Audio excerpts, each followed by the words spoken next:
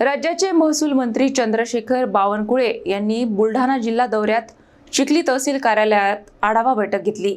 शासन निर्णयाची अंमलबजावणी होत नसल्याचे निदर्शनास आल्यानंतर त्यांनी अधिकाऱ्यांना झापत एका अधिकाऱ्याला सक्तीच्या रजेवर पाठवले। बुलढाणा जिल्हा दौऱ्यावर असताना राज्याचे महसूल मंत्री चंद्रशेखर बावनकुळे यांनी चिखली तहसील कार्यालयात अधिकाऱ्यांची आढावा बैठक घेतली। या बैठकीदरम्यान शासन निर्णयांची अंमलबजावणी योग्य प्रकारे होत नसल्याचे स्पष्ट झाल्यानंतर मंत्री बावनकुळे यांनी तीव्र नाराजी व्यक्त केली। अधिकाऱ्यांच्या कामकाजातील कुचराई पाहून संतापलेल्या मंत्र्यांनी संबंधितांना कडक शब्दात सुनावले। याच वेळी त्यांनी तात्काळ निर्णय घेत उपविभागीय अधिकारी शरद पाटील यांना सक्तीच्या रजेवर पाठवले।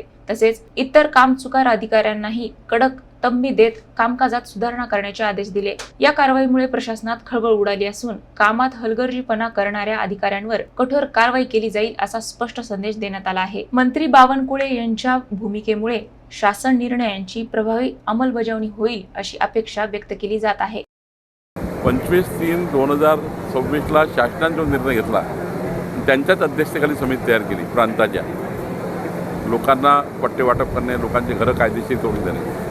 महिना होऊनही प्रांत बैठक घेत नाही, महिना होऊनही त्या ठिकाणी त्या प्रांतांनी त्या योजनेचा अजून काही सुरुवातच केली नाही। शासन निर्णयही माहिती नाही। ही परिस्थिती असेल तर काही योग्य नाही।